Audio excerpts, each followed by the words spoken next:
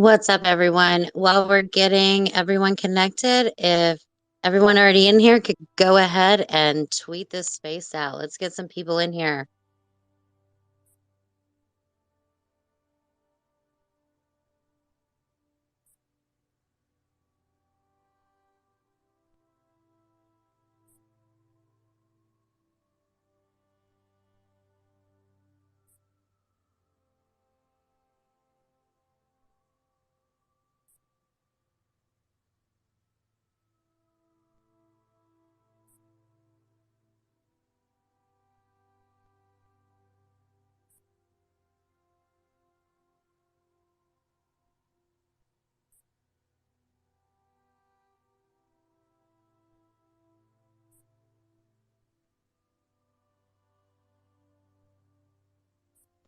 How is the sound, Carrie? You can hear me okay? Yes, I can hear you fine. Perfect. Happy Monday. And how is the stream? Everything is fine on the stream, I think, also? I was just logging into YouTube to pull it up. Okay, cool. It looks fine this end. Just double check. I can still see your and Benji's cat doing a stare off. It's happening again. The cats are doing the stare off again. Yeah, I can see it.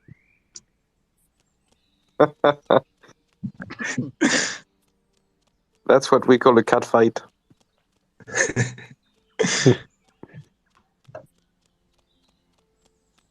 A cat fight. I see a lot of beautiful profile pictures this week. Talking about cat fight.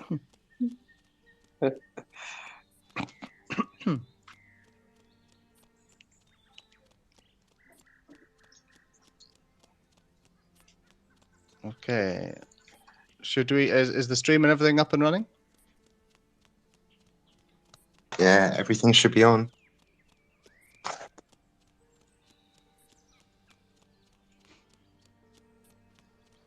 Right, I've got the Bezoge up. I've got everyone's back this week. The Bezoge.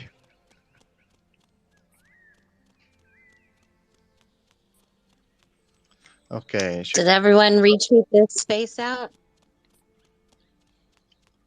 Yeah, I guess that's the thing that we should do before we get started. If everyone that is here, if you could please tweet out the space, it really helps to get extra people in and bring exposure to the project. So it'd be fantastic if everyone could share. And if we reach 500, then we give away An orb? a very nice... Yeah. To me, right? Oh, we'll have to draw for it.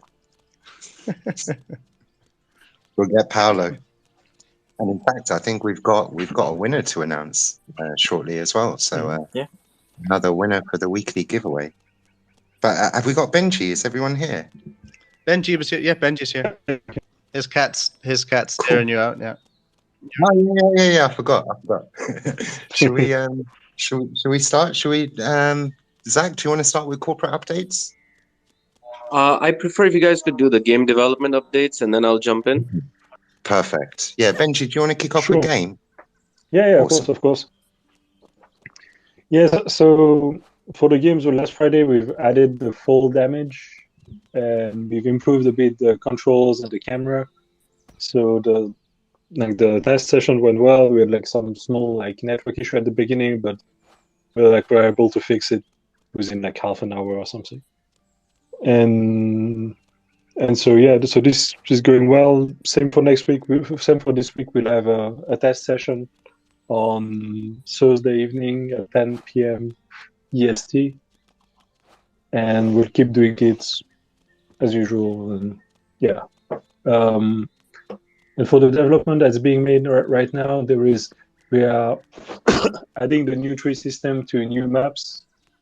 So at least in the development team, some of you have already seen some of these improvements, and it will look really good. Also, the weapon system is pretty much ready. like the new weapon system is ready. What we just need is to have the minting ready, and then we'll be able to. I mean, there's still some work on the back end for that. But so whenever it's possible, we'll be able to have lots of new weapons and cool stuff in the game, and more interesting things for the inventory. Right now, we're also working on the enemy system to make them more interesting, to be able to add like lots of very different monsters, like enemies that will have different types of actions, different like animations, and like that will really make the gameplay more interesting on that side.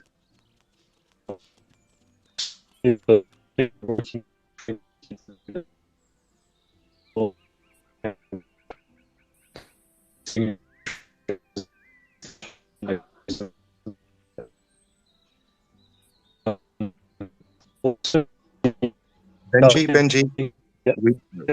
I was going to say, we I thought that was we me. we might have a bit of an issue with your connection, Benji. Do you want to just try again, just on those last few points? Yeah, sure. So is it still bad? No, you're fine now. Much. You're fine now. No, you're fine now. Okay, good. Yeah, so the weapon system is mostly ready.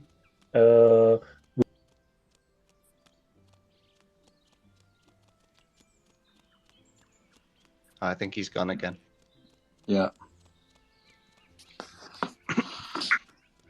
Okay, you want to pick it up, Zach? I was going to say I could go through a few of the points that he was saying. He's saying the weapon system is pretty much ready. The weapon system is actually super cool. We'll release something over the next couple of weeks probably to give you guys an idea of how the weapons are going to look. There should be some very exciting things happening with the weapons. And we've created what I believe is kind of I would say sort of an industry-leading weapon system, because it allows us to generate programmatically thousands of weapons from basically a single concept. And basically we have the whole particle system on the weapons. We have different texture systems. We have animated textures actually even on the weapons. So what Benji has put together with the team is incredible in terms of weapons. And we have basically a full plan over the next short period of time to go through all of the weapons, through all of the different armors that we will have, like helmets, the chest armor, the shoulder armor, the forearms, footwear, all of these things. The team are working on all of these things right now, and over the next few weeks we'll begin to push out a bit of this content on social channels. But we have this, like I said, the system that we have for the weapons is really incredible. It allows us to have completely unique weapons. And items, every single item, every single, like all the armor, all the weapons can be completely unique. It's a great system. I think that's the main thing that Benji was going to talk about. Zach, did you want to start with the corporate stuff? And maybe Benji can finish off when he manages to get back in with his connection. I think we should move on to marketing. And then we will move on to the corporate segment, because Zach's gone for players. Okay, no problem. Shahid, the floor is yours. Shahid, Yeah, the marketing. I was just popping me in dance mode on the stream. So yeah, it's been really quite an eventful week. It's actually probably been non-stop since last week's AMA. So when we drew to a close last week on the AMA session, we continued working through the night, as often as we do. And it just happened to be an event that occurred on the weekend. And we thought, yeah, it's a timely event, and ran a little meme. So it's a little bit of fun. It was off the cuff. But yeah, 70,000 views, over 30,000 engagements. It was a nice little piece of content. Completely unplanned. So that was kind of just taking an opportunity and running with a small campaign. So that was nice. And a lot of the continuation on from last week was actually working towards getting the website launched. So you guys may have seen a little quiet update that we performed last night. This was a major upgrade we've been working on for the last, 4 to 6 weeks nonstop. It's been a lot of hours that have been put in, a huge update from where we were before. A lot of the things that we wanted to integrate, we've now been able to do. Strappy and React are really quite incredible pieces of technology. We're learning more and more every day, and there's a lot more to add on the site. So, yeah, it was a huge upgrade for us last night. I thought it'd be pleasant to announce it today on the AMA as opposed to doing a announcement on socials, but for sure there'll be a lot more on socials and a lot more features we're adding to the site. But I very much hope you like what we've put out. It was a lot of hard work, and I'd say, I've been in this game 20 years. It is some of the best work of my career. In fact, it is the best site operationally, technically. There's still a lot to do on the React platform, but the technical complexity of developing what we did in the time that we developed was nothing short of amazing. And that's really just down to having a dedicated team and passion for the common goal that we're all striving towards. So as part of the website, there are a few additional upgrades. So we introduced the Earth Map World. The Earth Map World is a WebGL component that really allows you to experience Legends of Bezogia without even downloading the game. So you can see Waylon flying around, you can see Pepe in the sky, you see all the birds, a lot of the new features that have been introduced. So we've got the Earth Map World. All of the templates for the new design are complete. So now we're just in build, and we'll continue to iterate from the new site. So as mentioned, that was a nice upgrade for the team, for us, something we wanted to push out first time around, but yeah, incredibly happy. The second thing I'd probably update you on is the many other conversations that went on last week. So we've also got the formal video back from Meta Week, from Mike's appearance in Dubai. That'll be another piece of content in terms of the whole speech from the event. We'll be putting out on social snippets this week. There have been further guild conversations, small, medium, and large. And that's actually highlighted a bit of a requirement from our side. So we will be developing a little bit more in terms of requirements that we have from guilds in the different sizes. That'll be an ongoing conversation, and we'll update in due course when we have something to announce. On the social updates this week, as mentioned, it was a little bit different. We had the meme piece go out. It kind of captured quite a lot of traffic, a lot of views. We had the social snippets go out. There was a lot of talk on the influencer side of things. So yeah, I'll talk with stats first. We'll talk about some of the social updates and statistics that I normally share every week. And then I'll conclude with the influencer topic that I think many of you are interested in. So week on week, we had around 5% increase in output on our social channels. And as expected, with the one piece of content or a few pieces of content that got huge engagement, we've had over 1,000% increase week on week in engagement. So top performing content was Keep Bezoge Out of Your Mouth. The AMA Origin Block giveaway, that's gaining more and more traction week on week. And naturally, the 100 billion giveaway. So social continues to go in the right direction. We'll continue to optimize our assets, try to be faster. We're working heavily on the lure content. So some of that will be coming in sneak peeks over the coming weeks. And the trailer is coming. I mean, like I said, the site would be launched. We're now ready for the site, so the trailer will be imminent. So a lot's happening on the marketing and social side of things. And one of the big topics we've been working on last week was the influencer campaign or influencer discussion topic we mentioned before. And just a bit of a recap, the contract's fully signed. It's with an influencer who has a combined following of over 10 million across their social platforms. And this week we'll be presenting our joint campaign And yeah, when we have a little bit more sign off, we will probably introduce a little bit more in the coming weeks.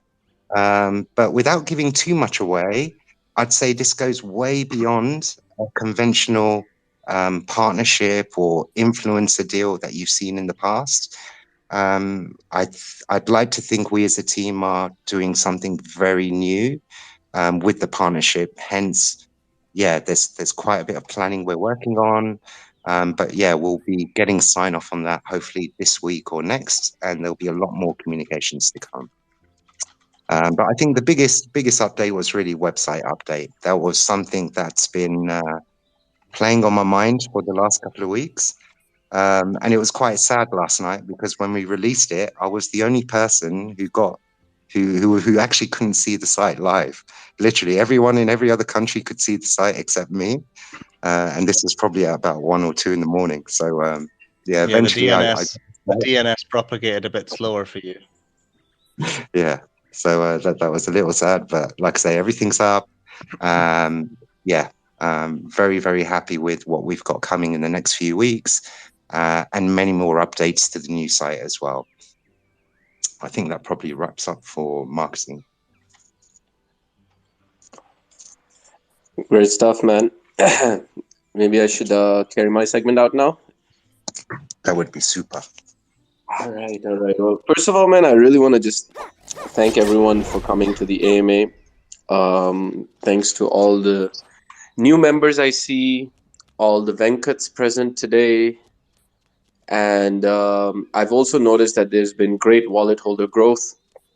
So thank you for all of those that are here, that have put their confidence in our project. And generally today, I just wanted to start with that actually, about Bezoge token. And actually first, before I move on and call on people on to discuss certain segments or certain parts of the segment, I really just wanted to kind of dive in first and kind of talk about, just for a few minutes, about what is Bezoge token, right? What it means, what it stands for, what its current status is, and what we plan for it to be in the future. So I'm just going to take a quick minute and just kind of go over that, just from an informative point of view, right? So there's a lot of different types of cryptocurrencies, right? There's many different types of cryptocurrencies, okay? So generally you have utility tokens, exchange tokens, payment tokens, you have security tokens, stable coins, DeFi tokens, and recently we've seen a surge of non-fungible tokens, which are NFTs or even asset-backed tokens, right? Backed by real estate or commodities.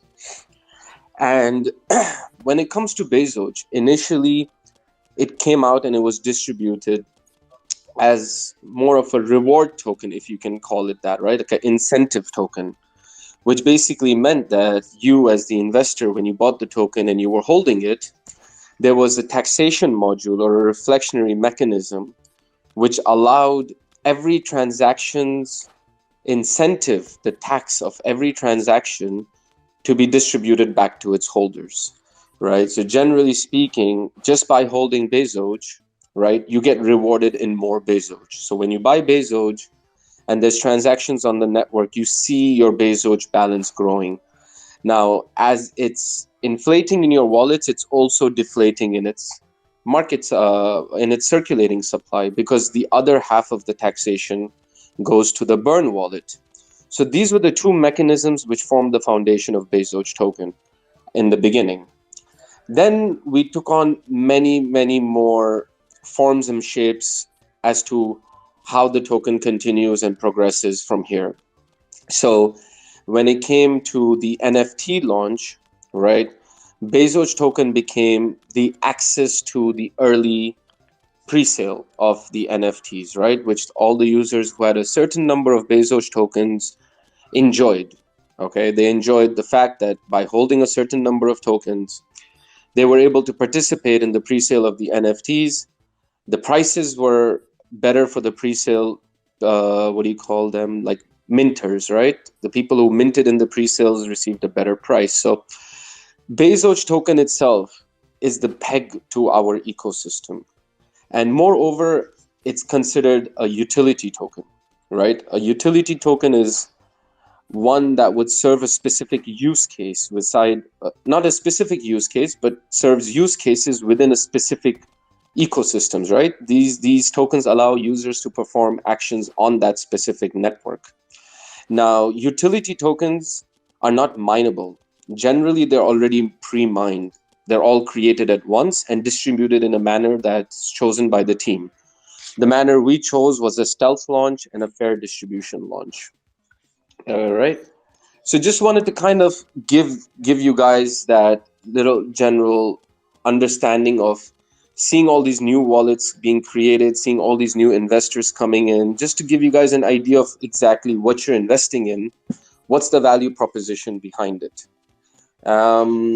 Now, coming to the future, let's say, of where we want to be, right? So we want to be Bezoge, not only just as a reward or an incentive token, but beyond that, we want it to also be more of a DeFi token, right? Where you'd be able to stake your Bezoge in the upcoming staking contracts, where you'd be able to stake Bezoge and earn rewards in the form of the in-game currency. Or you'd be able to hold Bezoge, right, and enjoy the benefits of new projects that are getting launched off our launchpad, right? So, and generally speaking, with the boom of Bitcoin recently, right, where Bitcoin in the last few years has maybe multiplied by 10 times, it is yet to beat the ROI of tokens like Shiba or, obviously Bezoge in terms of growth.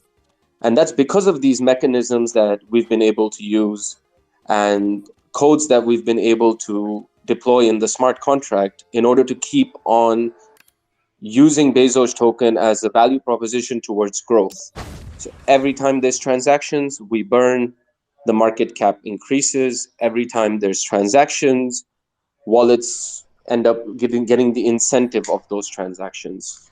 So generally, I just wanted to have a quick summary for you guys, just to give you guys an explanation of what it is that you're investing into, why is it that you're investing into it, and why the future team were right about it. Yeah, go ahead. One thing to also mention is we are fully integrating Bezoge into the game as well. So through the staking, we've not really announced this yet, but I could tease it a little bit. Through the staking, we'll give certain perks within the game. So if you're staking, you may, for example, earn more XP in the game. You may mint weapons slightly cheaper. There'll definitely be perks to owning certain amounts of Bezoge that will give you benefits within the game. So this is also the other sort of utility that we're bringing to the token itself. So it's not just about holding it and getting the reflections. You'll be able to use it for summoning. So that's one use case. We may also give access to unique areas of the map for people that have staked a certain amount of Bezoge for a year, or for shorter periods of time as well. And also benefits in terms of extra XP, discounted weapon minting, all these sort of things. There'll be unique benefits to holding Bezoge. Yeah, exactly. Yeah. So since a lot of you guys have asked us on the further utility of Bezoge token, we wanted to stand out. Where, let's say, Shiba became a DeFi token in a form of way. And that's the only utility it has now. And we wanted to go beyond that. We wanted to be a reward token, an incentive token, a DeFi token, and also, different formats to eventually use this native token as the general peg of our ecosystem. So it also represents a lot of user confidence in our ecosystem. And generally, above all, it's also a governance token. So as the products get deployed, users holding the token eventually will also have a right and say in the general direction of where the project is headed, right? This could be established through the DAO that we have in place and yet to accomplish, but it's there in our foundations that we would love for users to also participate in aspects of the project, to be able to vote on certain directions on where Bezoge is heading. So generally, that's what we're trying to do, is we're trying to create the most unique utility token out there. and generally use every format product that we can to keep deflating it, keep transacting and taxing on it, and keep increasing its value. So yeah, just a part of the segment I just wanted to kind of start with. One thing I wanted to kind of call Jeff upon is the security. So we wanted to have a quick discussion on the security servers, right? Generally, there's been a lot of talks about security, and maybe I'll let Jeff step into it. But there's been a lot of people asking us about how do we provide security around the token and around the components of Legends of Bezogia, the in-game currencies, and so on and so forth. So Jeff, if you could just share a few words on that. Yeah, I think what Zach is relating to is we've had a lot of the community asking this week. They've seen that the Axie hack, the Ronin Bridge hack, and people have a lot of concerns in terms of the security that we are implementing within our project. I think one thing to make clear is we've always had security as of prime importance to us. It's always been a priority. I think you can sort of tell that by the culture that we have. With Carrie comes on here almost every week, and she's putting together videos of educating people on how to stay safe, what settings to have on your MetaMask, educating people on exactly how to stay safe, or as safe as possible within the crypto sphere. And based on the way that we are developing the game, because we have a kind of a hybrid model, the reason that we have more of a hybrid model rather than a fully on-chain model is because we need to create this on-ramp to crypto for non-crypto people. That's the goal of our game, is to make crypto completely accessible to anyone in the world with zero barrier to entry. So they'll be able to come into our game and in a couple of clicks start playing. And the only way we can do that is through a kind of hybrid model, without having to. Otherwise, we'd have to force people to pay gas fees, basically, and it makes it a lot more complex. So this hybrid of centralization and decentralization is how we're able to achieve that within the game.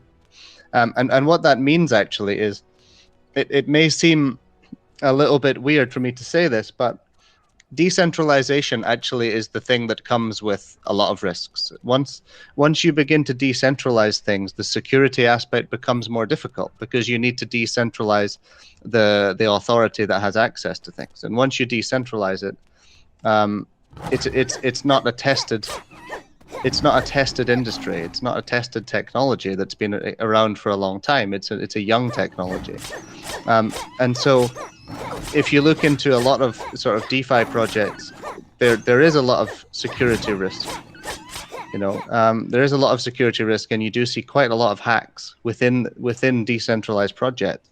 But if you're to look into something more centralized, like banks, for example, if you look at banks, they very rarely get hacked, right? They're because of the centralization and the security that they're able to have control over. You can also see that with exchanges. Yes, there are some issues with exchanges, but it's very hard to hack a centralized secure server. So basically what I'm trying to say here is we have a big focus on security. Our lead developer is actually has a degree in cybersecurity.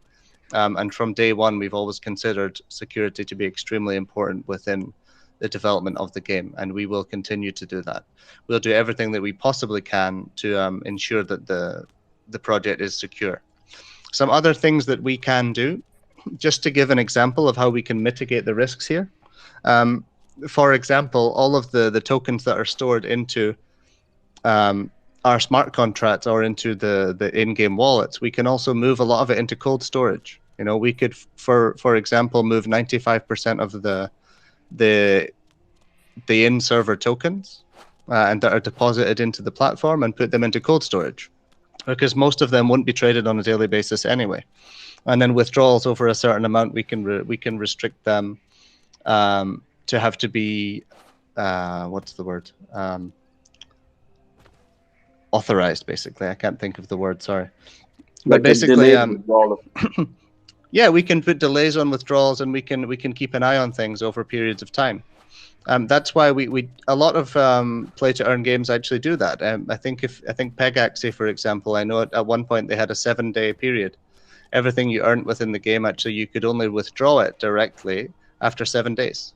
So we can do things like that, lock tokens into the ecosystem for a period of time and allow them to be withdrawn later. And we can do that within the code on chain, and we can also do that within our centralized game server. So there's multiple touch points that we can secure. But I just wanted to make it clear that we are definitely designing everything from the ground up with security as the top importance.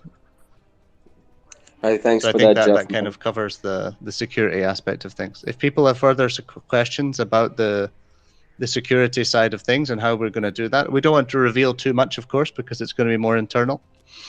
But also, one other thing to mention is also a lot of these hacks that have happened in the past do come from internally, because the only place that the one thing that makes it very easy to hack something like this is the private keys, someone having access within the company to the private keys. So we will also be putting in strict protocols within the team and securing who has access to the private keys. And it'll be a very, very few individuals that are, big holders of the token, and also are authorized people within the company that will have access to the private keys that will be on the server. So, and we'll also be changing those private keys on a regular basis to ensure, even if they did get into the wrong person's hands at a later date, then most likely those private keys would have been switched by that point. So there'll be definitely a whole load of internal protocols in place to ensure that no one within the corporation is able to take those private keys and get in access that way. So yeah, I think that sort of covers, the base of what we're trying to do as a company and as a project with regards to security. We're going to do everything that we possibly can to ensure that no one is able to hack anything that we do. And also everything will be audited. We're already in touch with Certic about getting everything audited, all the contracts that we have. Every single contract will be audited by most likely by Certic, and maybe also by some other third-party auditing companies. And one last thing that I wanted to say actually is we will also outsource a few security companies to look over all of our code and try to hack. So these specific security companies that come in and they will actually purposely try to hack our systems to find any exploits. And then we'll also probably open that up also to the community and to the the sort of the white hat hackers out there, and have a bounty system. You'll see a lot of companies like Google and Facebook, they have these bounty systems for people that can find hacks and exploits. So we'll implement a bounty system for people to hack our platform, to incentivize people to hack for a good cause rather than to hack just to steal. So yeah, I think that covers it all. Well, exciting news about an upcoming hackathon, and also very exciting about the DeFi aspects of the token that are going to be kicking in soon. So thanks for that. Actually, there was a lot of questions on that, Jeff. So it's good that you clarified it out to the community. Moving on, wanted to bring on Ernesto. I think he's here as a speaker now. Ernesto was just going to give us a quick update over the month of March on the Bezoge charity, as well as a new initiative that we have brought in, which is the Bezoge Academy. It's an education arm of the Bezoge Foundation, you can call it, as we're forming it right now. So I'll let Ernesto kind of take over, give us a little bit of a recap of the month of March and the charity that took place, as well as maybe he can also give a bit of an intro to the Bezoge Academy. Ernesto, I'm here with you. Are you there? Hi, good day to everyone. I'm a little nervous, so I've written what I'm going to say. So That's I mean, awesome. yeah. Ernesto. So we finished the 9 Bezoge charity events last March, and I mean we've given bulk set of vegetables and fruits that we are buying from in a big night market here in Manila, and we're also transferring 5,000 pesos, or uh that's roughly $100 to through to the Gcash of the orphanages. And I think we already have visited more than a dozen orphanages, and foundations that we are continuously helping and visiting. And then, I mean, sometimes when we are not giving to orphanages, we are providing food parcels in the streets of Metro Manila, such as Manila, Caloocan, or Quezon City, Pasay City, etc. And then, I mean, we mainly give to the homeless, the poorest of the poor, and of course the street children. And so last March, our major donor was was one of our developer. Um, it was Steve, also known as Jeff Bezoge. And then we also had an additional fund from Mr. Donor number one, and then an additional fund from Crypto Savage for the premium meat. And then aside from that, we had our Besoge charity too, and where we have given 30 sets of school supplies to public school children from poor families. And we have also have given away 30 bags and art sets to 30 children again for this month of April. And then, I mean, the Besoge charity too is fully funded by mystery donor number three until 2026. And then for this April, we already finished the first of nine events of uh, the first of nine events the other day. This time, Bobby Besoge is the major donor for this April. I mean, Bobby Besoge is the man with 1,000 Besoge NFTs. And then again, uh, thanks to Mr. Donor number one for additional funds. And then I get and also for this month we are starting our Besoge Academy. We would be starting our first of 15 sessions this coming Sunday.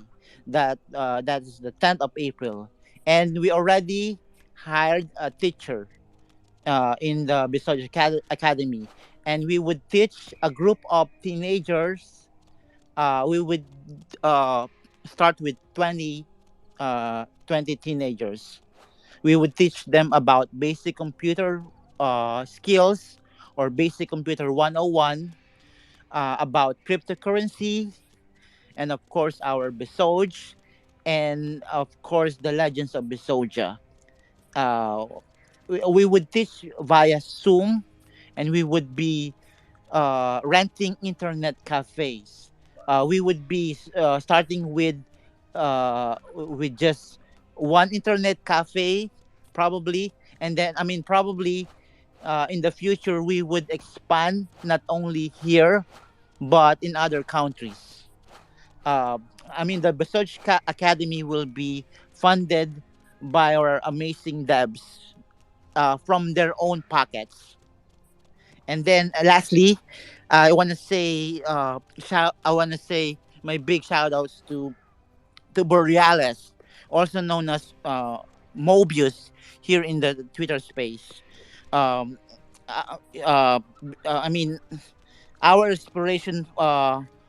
I mean, we got our inspiration from Borealis and or Mobius.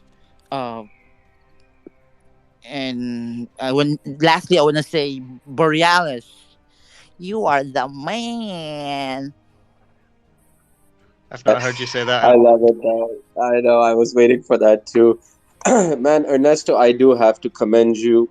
You're such an honorable person. I mean, most of you guys in the community would know or would not know, but Ernesto left his full time work and has dedicated his life to the focus towards the growth of this foundation and this charity.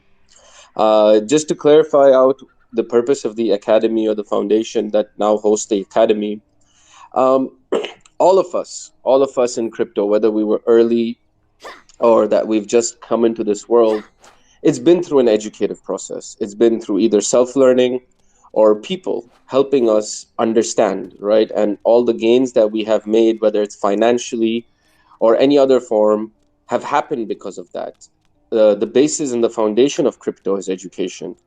So the academy aims to help these teenagers learn and gain like basic literacy, as well as teach them the value of cryptocurrencies in the future, and also encourage them into, you know, products like play to earn games or play and earn games like Legends of Bezogia.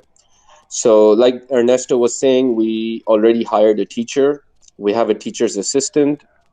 We've looked to book out an entire internet cafe this Sunday, and we're going to try to first, the materials are being prepared so that we can host our first class and get these teenagers and kids who are underprivileged to come in and start teaching them and educating them about computer science, the basics of crypto, as well as the opportunities that they have from just being able to participate, you know, whether it's into these play to earn games or other formats of crypto. Hopefully start teaching them about financial dependency through, I don't know, maybe DeFi and how it works. So it's just an initiative right now. We've kind of done the groundwork. I would invite anyone in the community that has, let's say, teaching experience, that would like to, you know, give a bit of their time. We would really appreciate that. Anyone in the community that has any ideas, anyone that wants to recommend any kind of coursework. I mean, we're all open for all suggestions. Currently, we're just laying out the groundworks, doing the best we can to get this initiative going. And yeah, thanks, Ernesto, again. I saw the school bags. They're so cool. They have a big barcode with the Bezoge QR code on them, which is really, really super cool. So yeah, man, thanks Ernesto for everything. Yeah, I thanks, want to man. say you're the man, but I can't just say it the way you do. But you are the man. No, we're all the man. There you go. Again, guys, when it comes to the charity, the academy, and the foundation, no one will ever DM you. If you do wish to participate or donate, you can contact Ernesto directly or one of us. We do have a lot of pledges, but if we do get more support, hopefully we'll keep coming out with more innovative ideas. We could It's a very important part of Bezoge and Legends of Bezogia. Yeah, sorry, we Jeff. could maybe put together a little page on the site, Shahid, and put together a wallet. Potentially, if this is something we could look into, and maybe put together a wallet and a QR code to scan and donate to the charity. I'd look to integrate this within the charity and event section that we're creating for a lot of the work that Ernesto's doing. So one of the suggestions already was to have a almost a donations type landing page that allows you then to kind of donate to the open wallet. This is something already on the plan and part of the new site. So something I was saving for the new site. So Okay, you've awesome. got quite a bit to look forward to, Ernesto. Thank And you. great work, by the way. Yeah, fantastic work, man. Really, what an honor, man, to be in your position to do what you're doing, and what I mean, really, I'm lost for words, but really cool stuff, Ernesto. Thanks for the updates. All right, now seeing as Charles is here, Charles, you're heading out to Bitcoin Miami. Exciting, man. You want to share a few words? Listen, yeah, most probably. Very excited actually. So indeed, long flight, but it's gonna be awesome, I'm sure. And I hope that I'm gonna be able to meet some buzzer holders over there, so we can discuss even further. Otherwise than that, everything's good. We are progress with still some interesting brands, and it's long-term discussions anyway, as you know. So yeah, if you have any questions, feel free to ask. I'm here to answer anything. If you have suggestions as well, in terms of like, as you know, we are taking care of all the actual real-world branding, interested by the meta space, and trying to link them with our game. So if you got some good suggestions again, or if you can link us to interesting parties, do not hesitate to contact me directly or to contact the rest of the staff so I can get the information. Well, thank you, Charles. Thank you very much. So yes, guys out there, if you do know of any interesting partnerships, even with real world brands or crypto projects, feel free to get through to Charles, so we can explore those. And just to come back to the first ever corporate segment, when it comes to guilds and centralized exchanges, definitely there's been a lot of progress. We are not only stage 2 but beyond stage 2. So announcements are expected in this month in April. I'll definitely be keeping you guys all posted on that. Once again, when it comes to exchange announcements, to avoid any kind of speculation, do keep in mind that the exchange will make the announcement first. So when it comes to exchanges, we will never make an announcement about the exchange first. It's always going to be the exchange that's going to announce the listing of Bezoge or a certain product on their exchange first before it's propagated through our community and through our marketing channels. We had Mike up here, but I think he went down to listener, or maybe he lost connection, I think.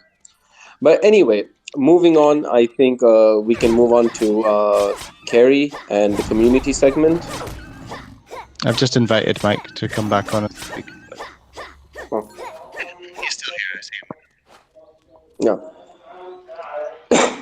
Well, I was generally going to just invite Mike to talk about the progress of centralized exchanges, but I kind of did give a quick summary on that. Yeah. I think actually, now that Benji is back, Benji, you had a few things you didn't get to go over. I think you were missing the land. You didn't talk about the land yet. I think that was something I know you wanted to talk about. Sure. So that's something we started working on already for a little while. So basically, we started making a subdivision of the land to do land sale into the game. There is already quite a bit that is done and working for the front end part of it. There is still, of course, a lot of work on the back end and the blockchain side. So a few things we need to finish up and figure out. But yeah, so that's something that will be an interesting aspect of the game in the future.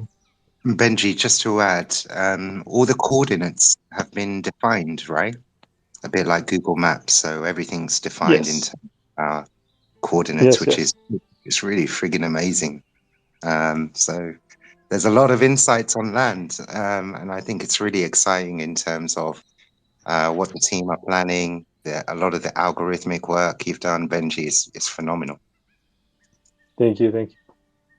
Yeah, so yeah, like that's one of the pretty big things we're working on, and yeah, and overall the back end of the game there is like quite the bits that we are planning to do, and that might not be obvious, but it's important. It's very important to make the game very scalable and secure. So one of the things we've been working on this week as a dev team, actually, the making sure we have a fully scalable solution for the server architecture and everything. And we should be on to a winner, I think. I'm pretty confident that we can make it work. I mean, security also extends onto the front end marketing side. So, we're familiar with as we increase in size, we're likely to experience DDoS attacks on our domains in general. So we're doing whatever we can with things like DNS, Cloudflare protection, DDoS protection on the front end to ensure that, you can't spam our domains and attack our infrastructure. And that was one of the key reasons for wanting to go with the React Strappy setup as opposed to WordPress, which can be knocked up overnight. Yep. So security extends everywhere. It took a bit longer to get the setup right with sure, and that's one aspect that we've considered from the beginning into the game. So all the way, especially all the important transactions, etc., will all be handled very, very securely, and we'll make sure that everything is like very, very, very safe. Basically, like players won't be able to have any impacts on the data if they don't like everything will be checked from the game server to all the infrastructure. So it should be a very, very safe process. Yeah. Yeah, I just wanted to add a big thank you to our dev, who's been working relentlessly for the last 5-6 weeks with me every single night on the Strappy and React infrastructure for the front end site. So a big, big shout out to you, man. Thank you so much. We worked through late hours yesterday to get everything launched as smooth as possible for today's AMA. So big, big thank you. Yeah, he's been spamming me messages the whole time we've been on this AMA, saying to give him a shout. It's been amazing. Saying to give him a shout out. It's been amazing. Thank you, man. You know who you are. I'll just say thank you, Peter. Oh, thank you, Peter. I know he's listening somewhere. Cheers, Peter. We'll speak later on. We've got still a few more templates to work on. And everyone's heard now in the AMA, so we need to speed it up a bit. I'm trying to work out which person he is that's listening, but never mind. Let's continue. Okay, cool. I think Just maybe if I may, in between, guys. Yeah, I just wanted to take the opportunity as well to ask to the community if you got any good contact with Uber or Deliveroo. We need someone within those organizations at a high rank for marketing. I do. Oh, you do? Okay, sure. Shoot, my friend. I'm going to save time. Okay, cool. Wonderful. And if anyone has as well, please feel free, because we can duplicate the people in those organizations because they are huge. So definitely Deliveroo and Uber are the two ones that I'm trying to target right now for obvious services that you can imagine with the game. Yeah, everyone wants that, man. Mike James wants to order cream cheese pizza while he's playing Legends of Bezoge. Remind everyone of the cream cheese pizza. I'm sure. You're gonna start offending people now with that cream cheese pizza. Hey, you never know until you try it, right? I was going to say cream cheese only belongs on a scone with jam, as far as I'm concerned. Yeah. Anyway, if any of you guys want to come up into speaker for after the community and after that session, man, feel free to request speaker access. We'll pull you up. Carrie, I guess it's your turn. Yes. What's up, everyone? Lots of good stuff today. Before I get into my portion, how about we announce this week's winner? I know everyone's dying to know if they won the 100 billion giveaway or not. So, Paulo, can you spin it and give us that name? Yeah. So hey everyone. So for this week's giveaway, we have 604 entries that were valid, and our lucky winner, I pronounce it right, is at Degbe Emil. So we'll message you using the at Bezoge Twitter account, and we'll get your details. Okay? Sorry, who's the winner again? Degbe Emil. Well, congratulations, Tech Bay Immune. Yeah. All right, congratulations, dude! You just won 100 billion Bezoge token. Awesome. All right. I'll be double confirming that as well, and reach out, and that way you can DM wallet address and we can get you these tokens. All right. Now remember, everyone, the contest will start over tomorrow. So follow, like, retweet, tag, follow the rules, and enter. Okay. So a few things from my end. Again, a reminder on like Telegram, Discord, Twitter, any of your DMs. Please, please, please do not respond to people attempting to help you in your DMs. If you ask a question in the main chat and someone, sounds official or can copy the name of the moderator admin, don't answer them. So please just don't respond to your DMs. That's the best way to stay safe. All right.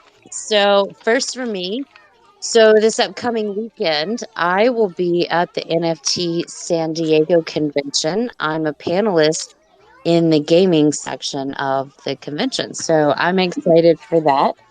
I will be speaking Saturday and I'll be there a couple of days. So that should be fun getting to meet and interact with everyone there.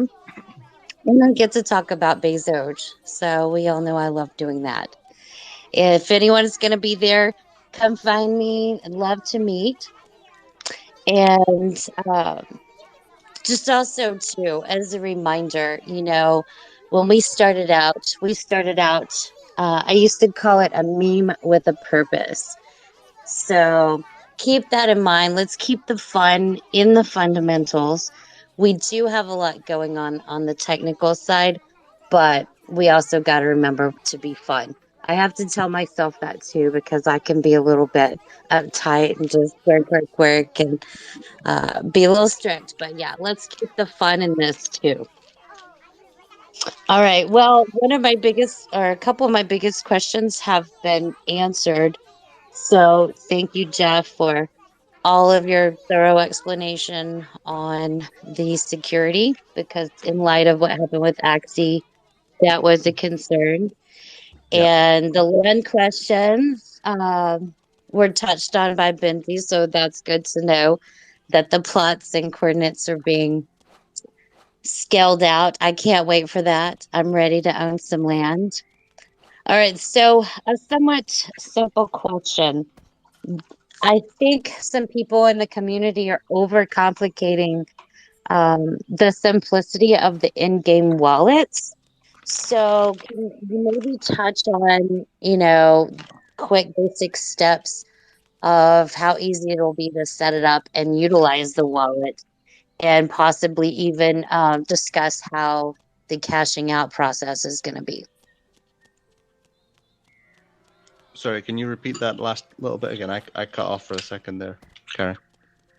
Okay, so on the wallets in the game, setting up and the ease of setup, but can you maybe touch on the process of cashing out?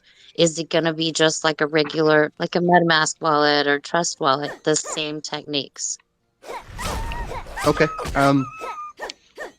A lot of what we are doing within the game is sort of hybrid. So we have a lot of the information of what you're earning, all the microtransactions, they happen on a centralized game server. And a lot of the earnings are directly happening on that game server. It's when it comes to withdrawals that it goes onto chain. This allows us to basically make it a completely gasless experience for everyone. And in the future, we may move to like a completely decentralized with our own chain. But at least in the first version, it'll be completely hybrid. As this is the only way that we can really allow people to sign up in a couple of clicks. But basically, withdrawing to chain, you'll be able to take anything that you've earned in the game. You'll be able to link your own wallet to it. When you sign up, you will create your own private keys. So you will in essentially generate a wallet that will be used to sign all the transactions within the game. And so you will be able to use that directly as a wallet. So you'll just basically in the game select which wallet you want to withdraw to and click confirm, and the withdrawal process will begin. So it should be relatively simple to withdraw directly from the game into your whichever wallet you would like. If you imagine similar to how you would withdraw from a centralized exchange, you would just enter which wallet you want to withdraw to. You maybe link up your two-factor authentication, whatever it is, go through the process and withdraw directly to your wallet. Same process for NFTs and everything within the game as well. All right. Sounds simple enough. And I'm sure by the time we get to that point, I will be creating videos, how-to videos, and we'll get them posted. on the website when that time comes. All right. All right. Just one final question for me before we open it up to the rest of the community. Will alpha be open in different time zones to allow testing for some of the people that are anxiously awaiting to test it out? And it's 3 a.m. I'm a bit sad about that because I can't test either. So actually, this is the only session I get a chance to test in is the AMA. Yeah, we might have some more test sessions. I mean, right now, the priority is to kind of align the tests with the development so we can do like a debug at the same time and really make the most out of the test sessions. I think Benji's putting it lightly. However, I would say actually that the reason that we have cut down on the test sessions is because it actually, by removing the test sessions, it actually allows us to work faster. Every time, if you, sorry, it may sound like it's not, but like yeah, we might have also test sessions during the at all the times, especially for the European time zones, because that's something we'd like to have at least once in a while. We'll see if it will be a new regular time, but yeah, might be. Yeah, basically, Europe, if you might think be of in the Benji morning can't or hear me. the early afternoon, but we're not sure on a date yet. Benji, you can't hear me, right? Can you hear me? Maybe he can't. All right. So Gary, what basically, I wanted to explain just quickly. It may seem like the game just goes on for let's say 1 or 2 hours, but for example, in the previous test session, Benji was up basically all night. He didn't sleep, just to make sure that the test session was going to be running smoothly and the updates that we had made had been done. And what that means is the entire next day he's not in the office because he had to stay up all night to make sure the test session was running. So the more test sessions that we run, the less time Benji has to be developing. Yes, we have a full team of developers, but Benji is the lead dev. And so everything that the entire team is doing needs to go through Benji to be pushed into the game itself. And so basically, yeah, every test session slows us down. That's one of the main reasons that we reduced the amount of test sessions, because we want to focus on developing. And towards the beta release, we will have a lot coming out. But we have a crazy internal plan of to ensure we can launch beta on time. And basically, the entire team is going to be doing overtime for the foreseeable future, to every day, to make sure that we get all of the content for the game, all the quests, all of the 3D models and textures and everything done in time to meet our deadline to launch beta. So yeah, I just wanted to make that clear. So that's the reason that there's not as many test sessions as people may like, because it actually slows us down a lot. That's why. I was also going to add one more point. I think there was some live debugging that Benji was able to do in the last alpha session. So that was an important requirement for doing it on a time zone that works for Benji. So whilst there might be some sacrifices for us in Europe, it is important from the development side of things to be able to debug when Benji's in office. So there was some live debugging that was done this week. But we may do some afternoon China time sessions, which would be maybe 5-6 p.m. China time, which is sort of morning European time. We could do that. And that would allow Europeans to also play. It's test, not play. Sorry, test. That's correct. We could do that once in a while or like once a week. I think we'll see, depending on what we had into the game and things like that. But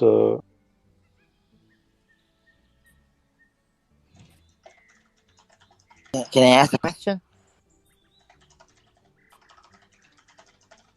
Go ahead, Ernesto.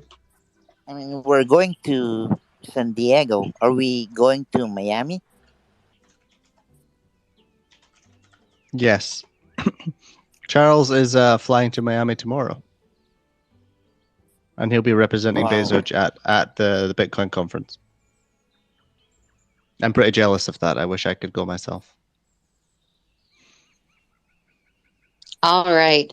So I know, Benji, you were cutting out and losing connection, but I'm sure I speak for everyone when we're okay to sacrifice some alpha test time to let you guys develop and stay on track. We definitely don't want to delay anything. All right. I think I'm going to give Benji a budget to upgrade his Wi-Fi at his house. To upgrade his internet connection. Benji, let me know. I'll pay for your optic, like fiber optic connection. That'll help you next time. I'll pitch in as well. It's necessary because Benji's connection is awful every week. I'll get him a microphone and a gigabit internet connection. There we go. Okay. Aardvark has had his hand up for a long time, so I'm adding him as a speaker. Go ahead with your question.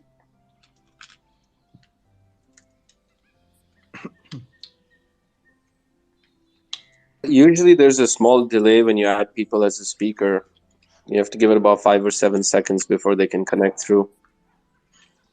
Yeah, I don't see anyone as speaker yet.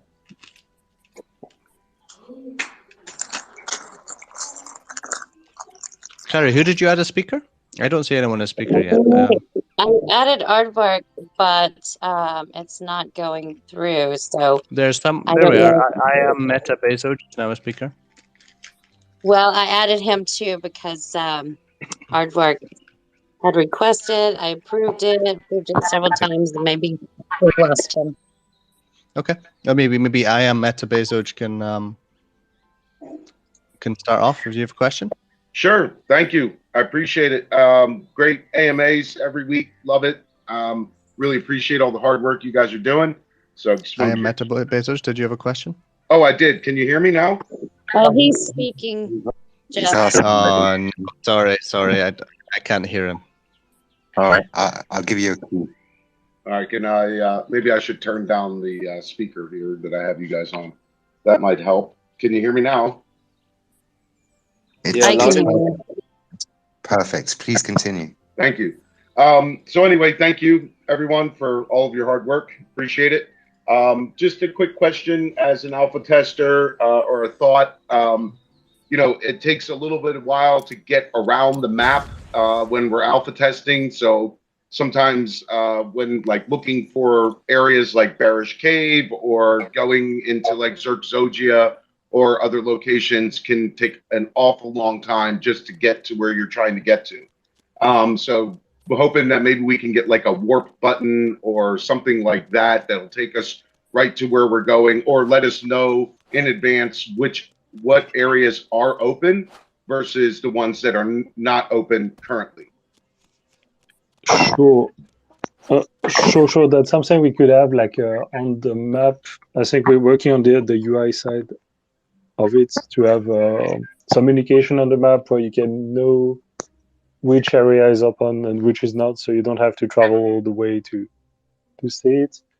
There might also be some ways to do fast travel into the game in the future. We'll see about that. We're not entirely sure, but yeah, it should make it more convenient. Excellent. Benji, I wanted to ask a quick question. You are working on the points of interest. Where are we at with the points of interest? Because that should help with a lot of the warping.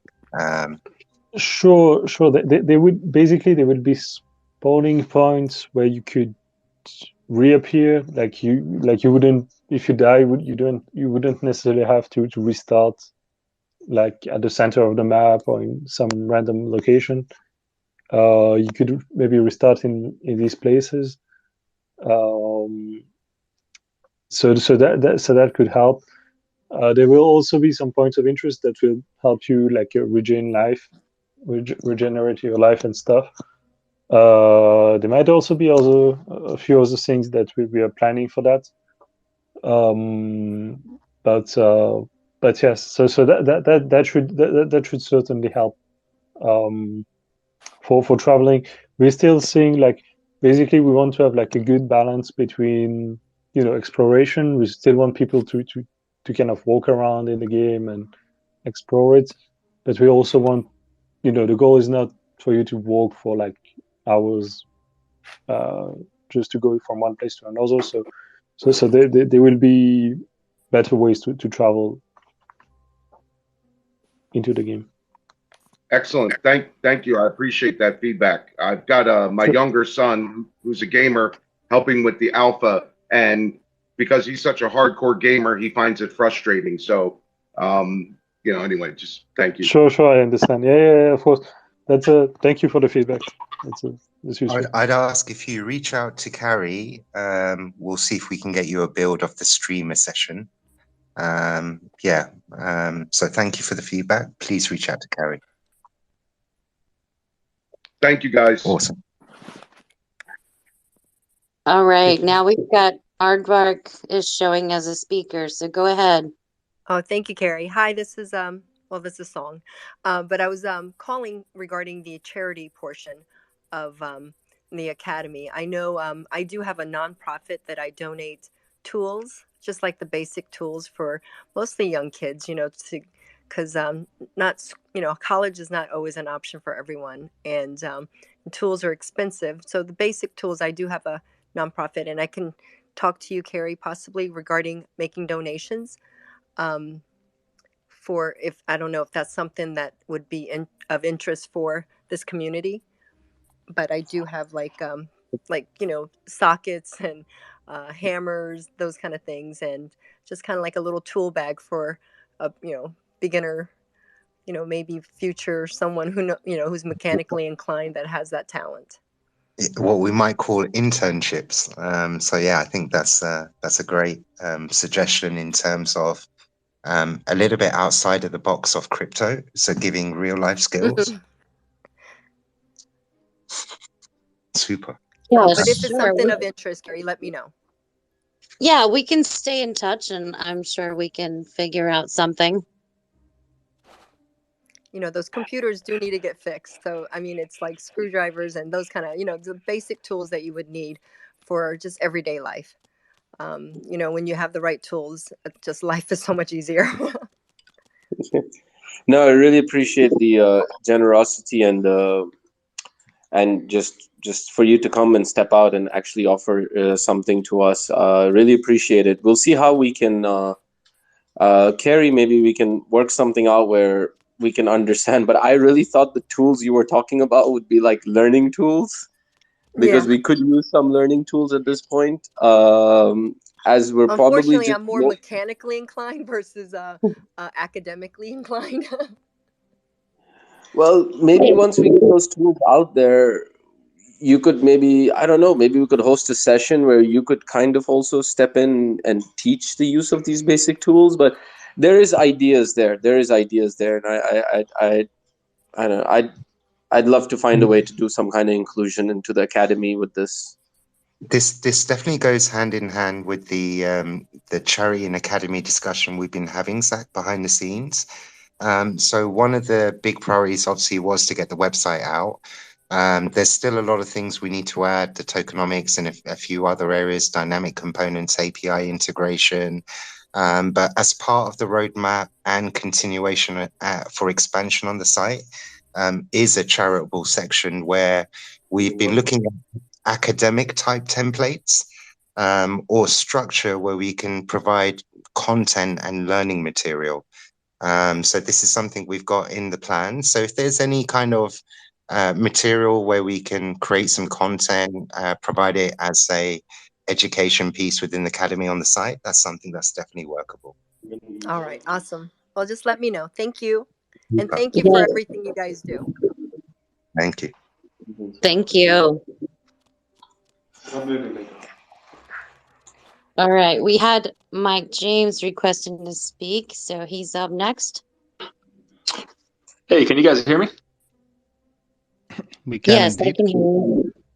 Yeah, we Jeff, can you can. hear me? Yeah, we Jeff, can you can. hear me? I can hear you. Yeah. I can. Okay, I can hear question you. for you. To run it back on the staking and the wallet and who's going to have access to those keys and the confirmation to authorize the transaction and whatnot. So my question to you, so there's going to be, what I understood is going to be a multi-sig wallet that's going to hold the staked tokens for a long time, and multiple people will have their keys to confirm or authorize a transaction, right? Kind of what we're actually doing is we're adding in several different, essentially, what's the word for it? Signatories, which are separate wallets. And what we'll do is we'll require over 50% of those wallets to agree on any transactions that go in or out of the staking contract. So the staking contract is actually two contracts. One is the front end of it, essentially, that all the transactions go through. So when you're staking and calculating how much you can withdraw, all the rewards, this sort of stuff, it's all handled in one contract. Then we have a separate contract. It's kind of like a vault, like the bank vault to a certain extent. And that's where all the tokens are held. Now, what this allows us to do is if there's ever any issues with the front end contract, where all the transactions are happening and things are calculated, we can update that and then switch it out within the vault contract itself. The reason this is useful is because we're storing a lot of Bezoge in there, right? And every time we move Bezoge, 2% gets burnt. So, well, it doesn't get burnt, but you know what I mean. 2% there's a 2% tax on the transaction. Some of it would come back to the contract, but a lot of it would be gone. So we have to be careful that we make the contract so flexible in the way that we can update the code on the front end, essentially, if we find any issues with it, or we want to add any additional functionality, without having to move the tokens that are stored in it. And then again, to make any changes, like switching that contract out, updating any functions, or making any withdrawals from the staking vault, essentially, they would require multiple signatures from separate wallets. A minimum of 3, I believe, that we're going to set it up as, but it'll probably be more. I think there'll be 5 to 10 signatories on there. And over 50% of them will have to vote in order to, sign the transaction in order for it to go through. Okay. And I'm assuming the people that's going to hold the keys you mentioned is going to be people that's employed by the company, the developers, and you also mentioned some large token holders in Bezoge. So just a scenario in my head, what security measure is going to be for, are people going to know who holds what, like as far as these seed phrases, let's say, or the signatures? So everybody going to know who's holding what? In the beginning, there will certainly be three wallets. So that will be myself, Doglord, and Zach. That's the 3 that are definitely going to be on there as signatories. Okay. Yeah, and then they will all be at least minimum of security of being, for example, like a ledger wallet, or it would maybe even be through a third-party cold storage sort of company, where we can have even more security. But Gotcha. Yeah. Well, my question, to be direct with it, what's stopping? Just hypothetical here. If a bunch of people are going to have the ability to sign on the transactions, are people going to know who are those 50 people, for example, or the 10 people that are required to sign off the transaction? And could they go behind like back channels and agree on something? My question is how to prevent a malicious act here. Yeah, that's why in the beginning it will literally just be the 3 of us, the 3 founders of the project. And as it's required that we need to have additional security, we can add that in. But that's also where we can have it through a third party, like a cold storage company that we're already working with, to do that sort of thing. So we can have it actually being owned. You can have all 3 of the signatories being owned by the company itself, and then we can actually just assign one person from to represent each one. And therefore, like, we would contact the cold storage company and say, we want to sign this transaction. And then we're able to put it through. We would know exactly who owns each wallet that is a signatory, and it would most likely also be made public who owns that wallet. So everyone would be able to see. I was actually going to mention that with all these big partnerships taking place, a lot of the large exchanges that we're in talks with, the identity of all the founders and the team is now becoming public information as well. So I mean, people have said my name quite a few times on the same. If you look on LinkedIn, you'll be able to see I'm publicly listed as the CEO of Bezoge. So yeah, I didn't want to say it, but since you said it, yeah, if you literally go on LinkedIn, then it's like it's pretty much out there now. But if you go on so you LinkedIn, basically you just pretty dox much see yourself. everybody and what let's they just do. say Jeff is actually Steve. I think everyone So already. you just doxed yourself. Everybody, it's recorded. It's been on my Now you LinkedIn know. for the last 3 months, so we've never been that secretive about it. We've just not talked about it on AMA. Yeah. Well, for the people that's listening, y'all know who's who. And one more question for you. Golly, I just forgot that question. I'm just gonna wait then and listen to you guys till it comes back to me. Okay. If it comes back to you, just stick your hand up. Yeah. Or if you want, you can stay on as speaker, and then whenever it comes. Yeah. You've got the right. Hey guys, I got some questions when you're ready. I think Bobby, you should wait till everyone else has had a chance. I don't think there's anyone. Go ahead, Bobby. Hello guys, that's fine. I can be patient, no problem. No, go for it, Bobby. While we bring the next person up. All right, I'll start with a very easy one for you. The full cinematic trailer, is that complete and in your hands, ready for release? It's a tough question to put us on the spot. That's like a million-dollar question, man. Complete. We have. It's complete, but it's not fully rendered out in 4K. So the reason it's taking some time is the team that are working on it were based in Ukraine, Russia, and Belarus. So as you can imagine, there's been some delays due to sort of force majeure with a lot of the people who got ended up having to sign up for the army. So that's what caused a delay. But we've been promised by the team that are working on it that they will have it to us very soon. So I would expect that we'll have our hands on it very soon. Okay. But that's the reason for the delay. It was meant to be ready about a month ago, just as the war started. So as you can imagine, that's why there's been delays. Yeah. Okay, and by very soon, do you think by the end of this week, the end of next week?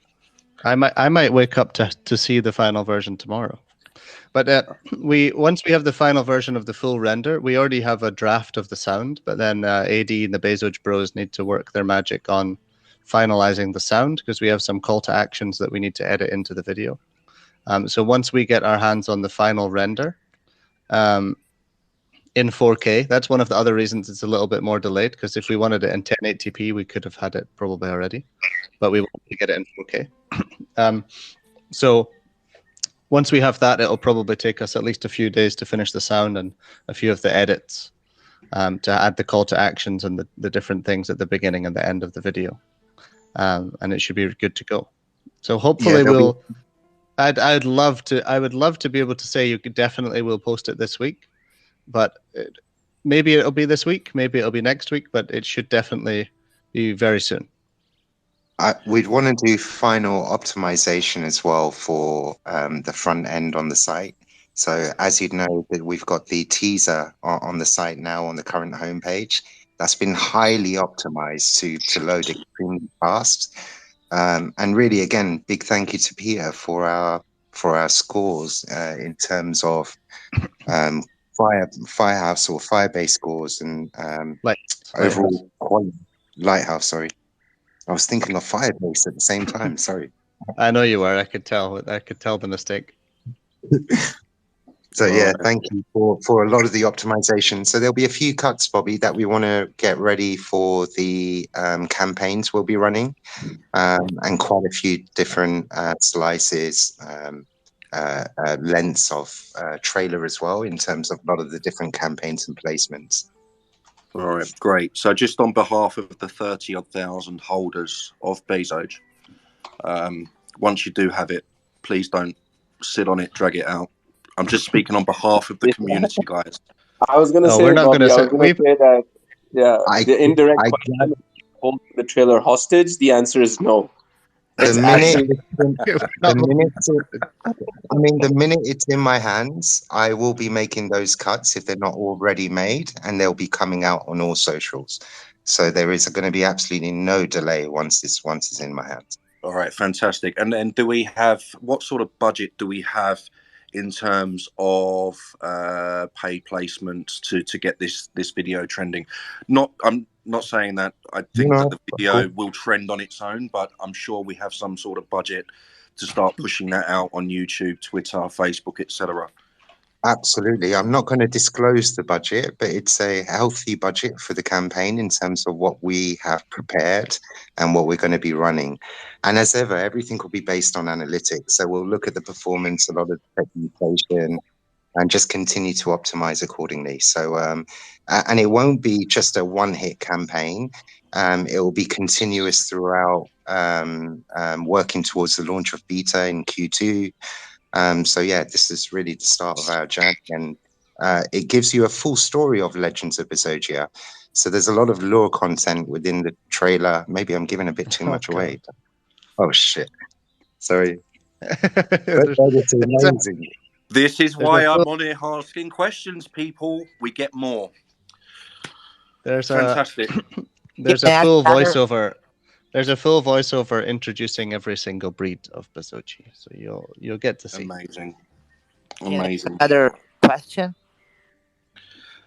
All right. So my next question, this is more for the community as well, and it's just something. And this is directed for you, Zach, if you don't mind, just on sort of an educational point of view. Yes, boss. Thanks, Steve. Much appreciated. I do my very best. You know that. So you mentioned before with regards to the exchanges, and you mentioned that we're at phase 2 now.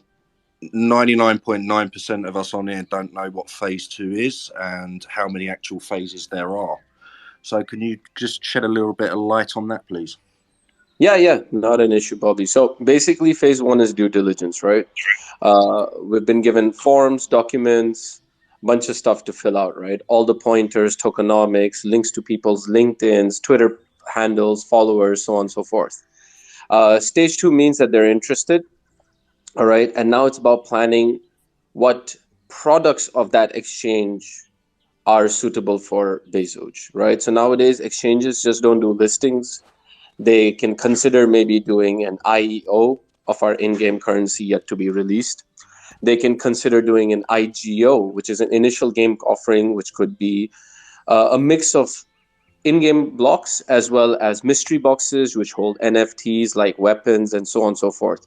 So currently we are in that phase. We're in the phase that we've gone past the due diligence, which is technically news itself, right? It's a good news for the community that, hey, we are ticking all the right boxes with all the top exchanges.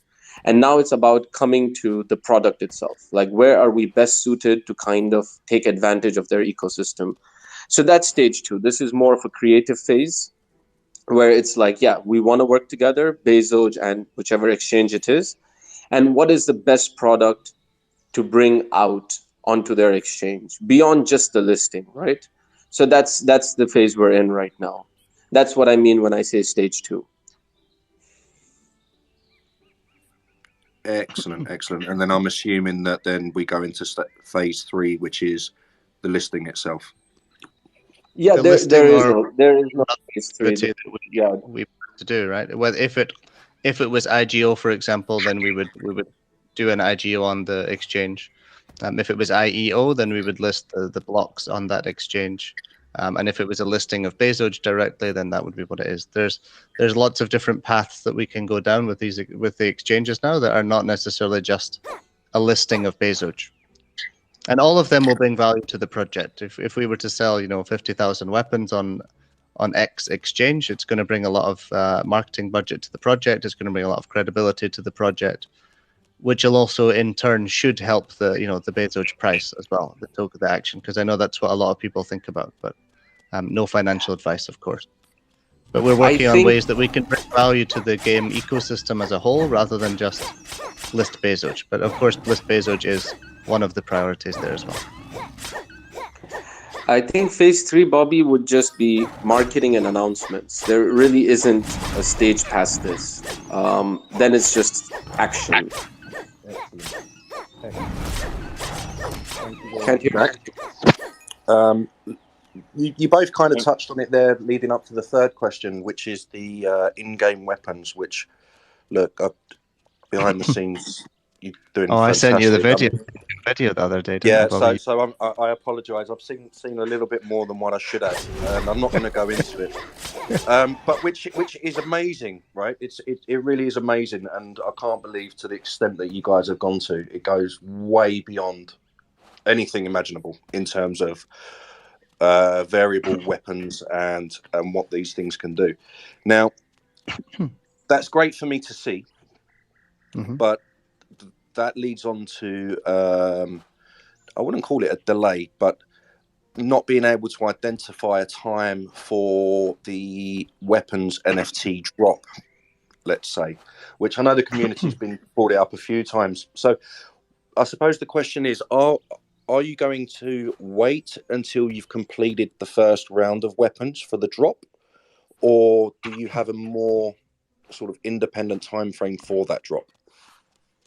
We would okay, go ahead. As we do the sale, we'll most likely do the airdrop at that time, because at that point we're going to have to create the weapon contract, and I think it's only fair that the first, the lowest number weapons, like the weapon number 1, 2, 3 in terms of ID, on chain should be going to the people that bought the Bezoges before, right? So I think we would mint the first weapons for all the Bezoge holders and make sure that they had the earliest weapons that are possibly available.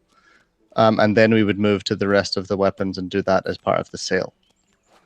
So it would be at the same time, basically, Bobby. At least the first people to own weapons would be the Bezoge holders. I think that's the fairest way that it should be. Not confirmed, but this is 99%. I like your trailer of thought on that. Thank you.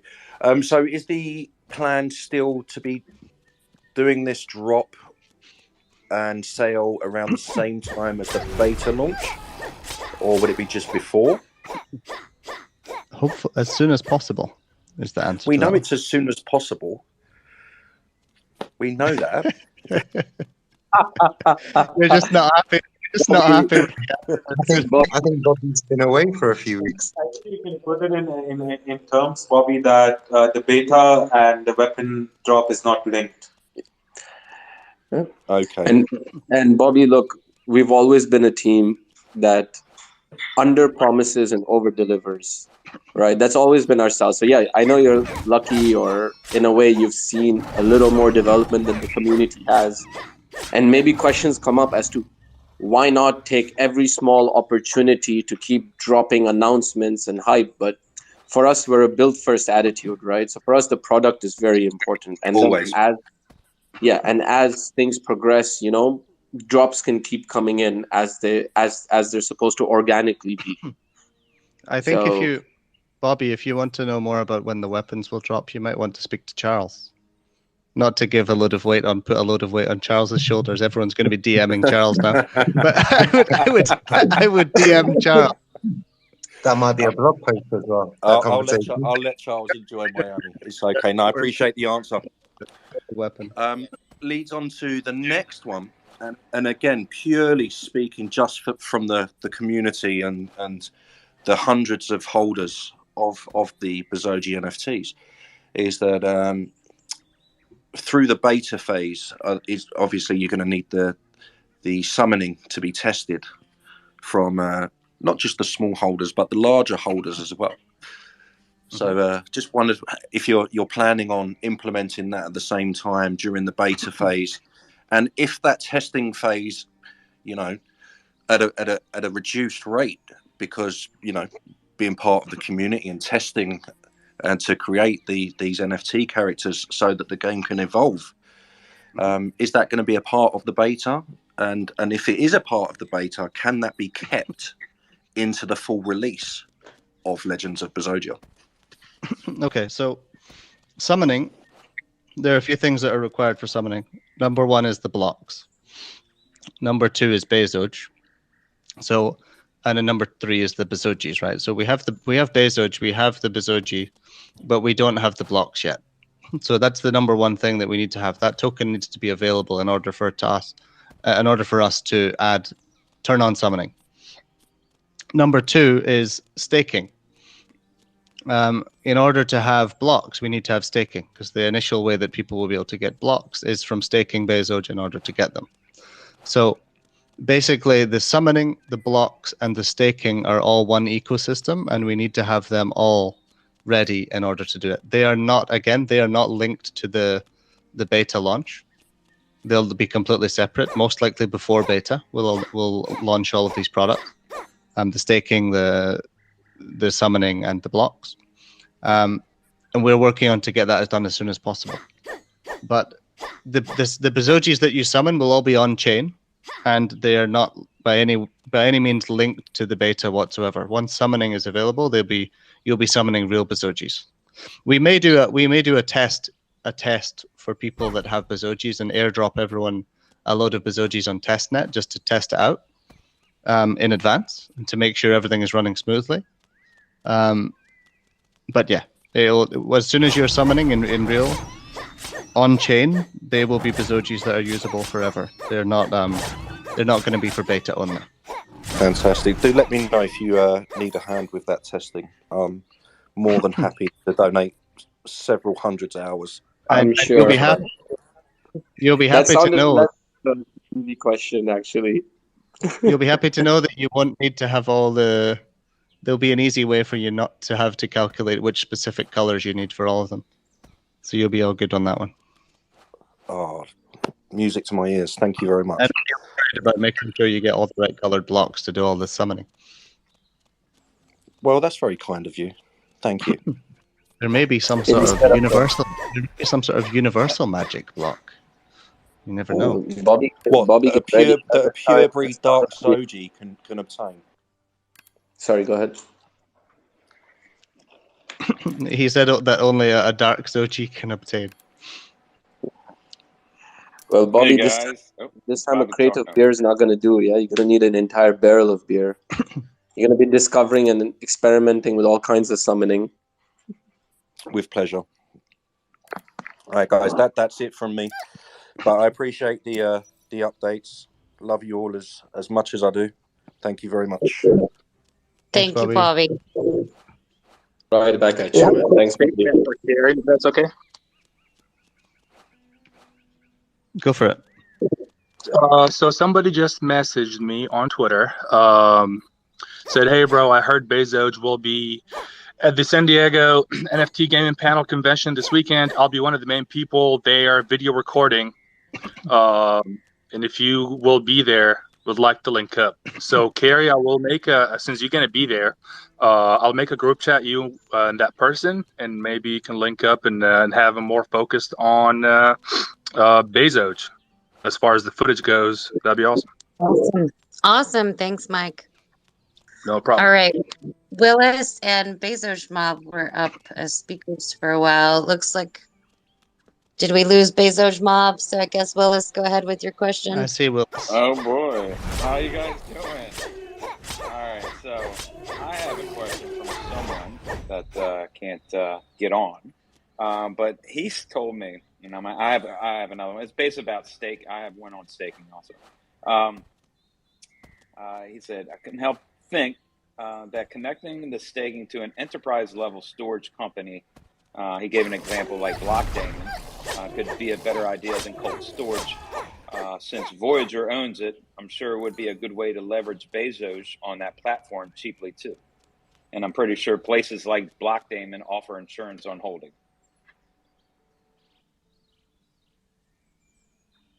Okay, Willis, it looks like we lost all the devs. I don't see Oh my Zach god! in here anymore. I don't see Jeff. But And Willie, What Douglas the is hell? with Zach.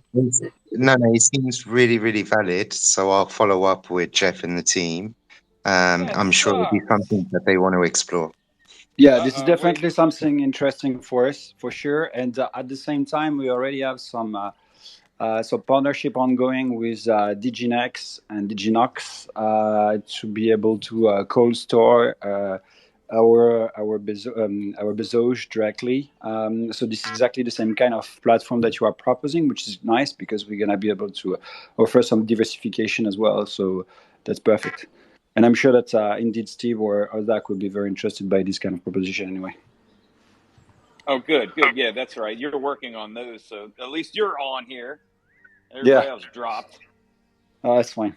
I'm All sure right. they got like a technical issue or something. Oh, they're coming back. Oh, here they are. There's Zach. Okay. And then let's see. My other question was on the website. They talked about beta, which has updates on beta. I didn't know if there was any updates on beta and updates on staking. Anytime staking, would it be like a next week, 2 weeks, Uh, next month, I'd anything?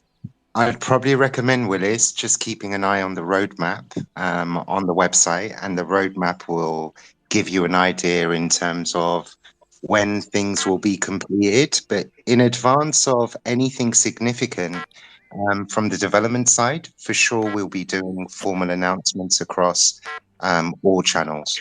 So we'll be giving it enough advance warning of things coming up in the near future to allow, obviously, everyone in the community to be able to prepare with Bezogis and what have you. So there'll be a lot of communications coming up as and when things are 100% tested, checked, security audited, and then, yeah, we will release. Okay, And I cool. And think the oh, official date for the beta is still forecasted at the end of Q2 anyway. So that was the official communication that you can find into some previous AMA as well. So we are still keeping this date as valid as of today. Yeah, that's correct. cool. Well, that's it. Well, I hope hopefully well, Charles heard it. So the first question. So thank you. Most welcome. And Thanks to you. the whole team have a big bonus waiting for them if they get the game launched on time. So they're all going to be working their ass off and doing overtime for the foreseeable future to make sure it's done on time. Oh, I love it. I love all the questions too. Thank you, Bobby. Answered a lot too. So yeah, Steve, you missed it, but Willie was telling us that he could put us in touch with Black Diamond, which is a cold storage platform that will be some easy marketing as well to highlight Bezoge on this platform as well, just like Diginex or some other platform that we're partnering with. Yeah, Digibolt. Yeah, definitely. I mean, we do have a few options for cold storage. We have some Bezogians that are part of some companies that are doing cold storage solutions. And we do have a few options for that. No matter what we do, we will make sure that the staking contract is as secure as possible. And if it was to be using someone, like the cold storage solution that we talked about, it would also be insured. I can't say much more about it because we've not made it public yet, but yeah, definitely will be insured.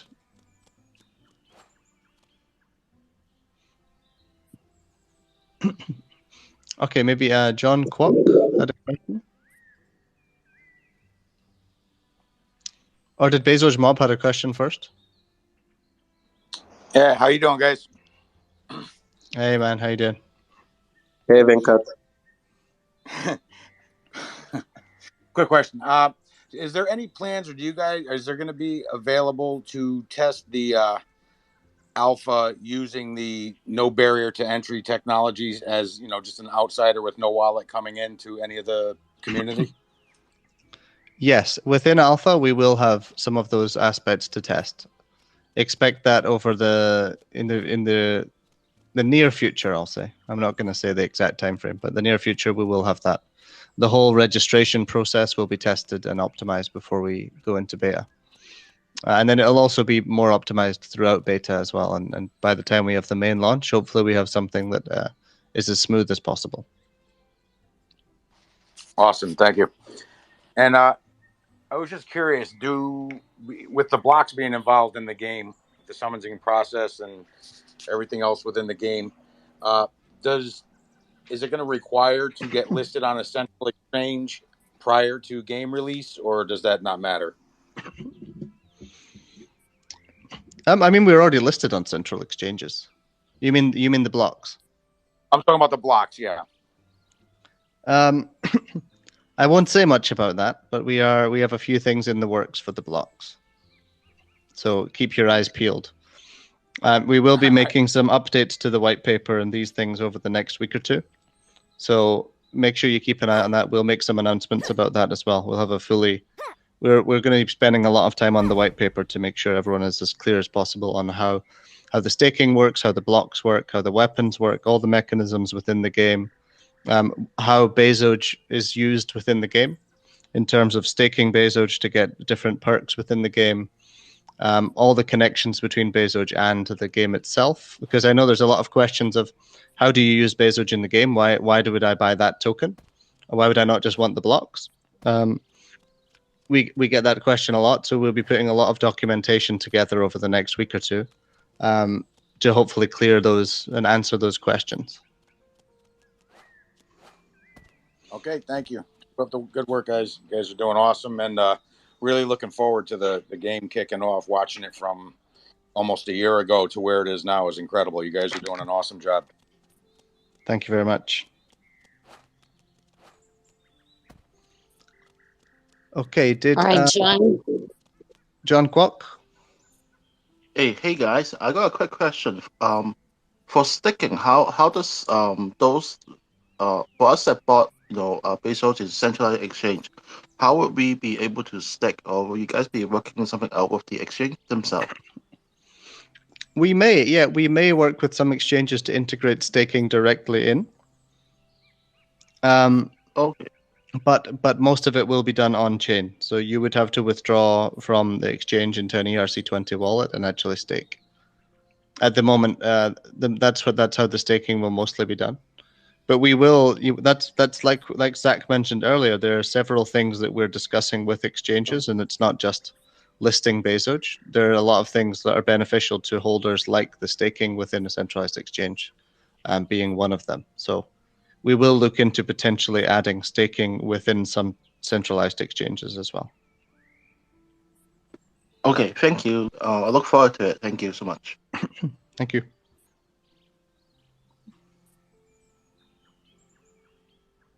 Okay, I am Meta. You had another question? Other than that, I don't see anyone else with their hand raised, so I see maybe this will be the last Polygon question. Baby has their hand up as well, I think. Oh, I didn't see it. They've had their hand up since the very beginning, actually, I think. I just added them as a speaker. I don't know if it's going to work or not. There we go. Polygon Baby, did you have a question? Yes. Can you hear me? Can you hear me? Yes, we can hear you. Okay. Yeah, I can't, but I'll let Carrie tell me the question after. Does the Bezogia game only focus on P2E and R2E? That is play to earn and rent to earn. How about pay to earn? Do you plan to diversify to pay to earn? And how can you protect users' NFTs that are being rented?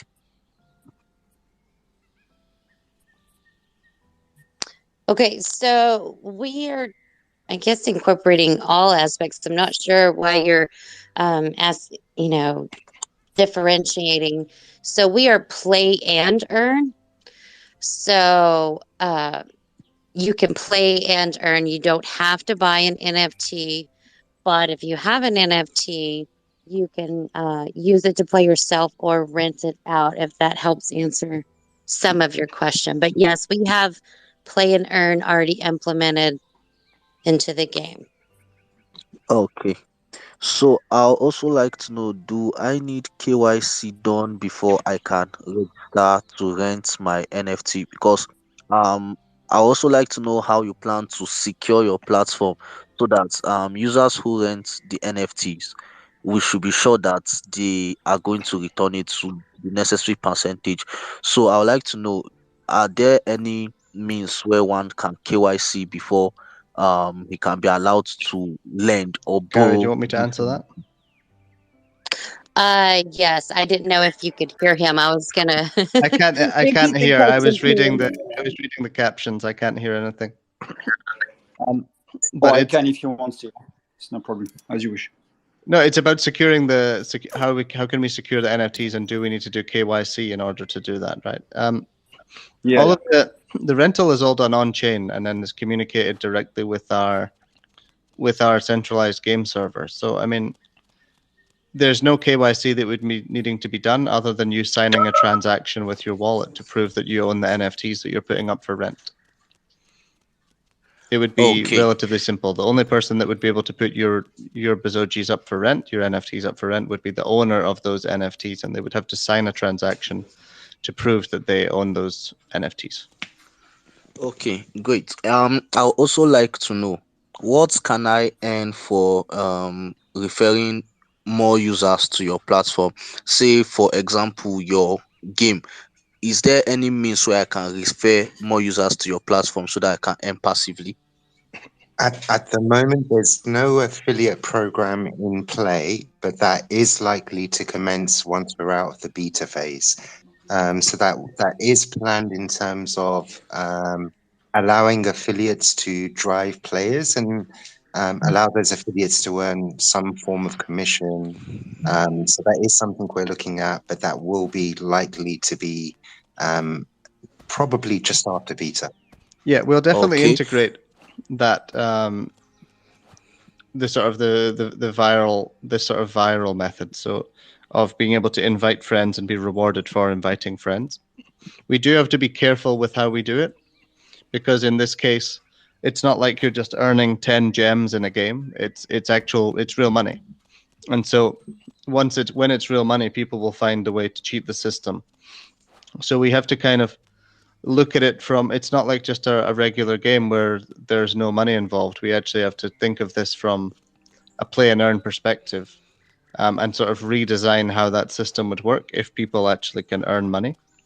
But we'll definitely have some sort of perks for inviting friends. Maybe invite a certain amount of friends, and you might get like some sort of weapon within the game, or set of armor, or a skin. We may also just give away some sort of blocks for every friend that you invite in. But we'll certainly have a referral system that's guaranteed. We'll definitely have a referral system. That's part of okay, a lot of the gamification logic we'll look to integrate on the back end. So yeah, definitely that. okay, great. Then I'll also like to know, concerning your game, do you have any multiplayer feature? Yes, by multiplayer, I mean the whole game is multiplayer. I mean it's an Okay, MMORPG, so you will be playing with, every time you log in, you'll be playing with up to, let's say, 400 people in each server. So the entire game is multiplayer. But to go a little bit more in depth, there will be PvP arenas and games within the game itself. So, for example, in Bezogia, we'll have a battle royale style game in the Colosseum, where up to 50 Bezogis will go in, and you'll pay a certain amount of blocks, let's say 200 blocks or 500 blocks, to enter as a ticket. And then you all fight to the death within the Colosseum, and whichever Bezogi comes out victorious will take all the blocks. okay, These sort of PvP arenas will be in there.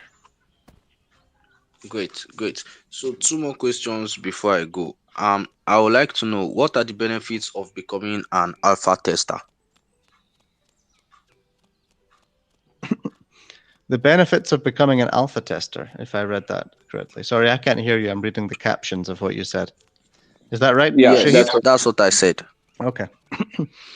I mean, the benefits of being an alpha tester is you can you can be part of the development of the game. I mean, there's a strong community on Discord of people that are testing the game.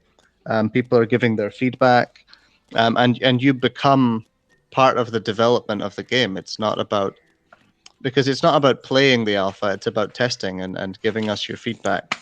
And we take the feedback of all alpha testers on board, and we build functions and change the game in order to fix problems that the alpha testers find. So I think it's quite I'd also satisfying. It's quite satisfying, and also you get early access. You're able to play it today, for example. I was going to say the alpha also acts as a segue to beta.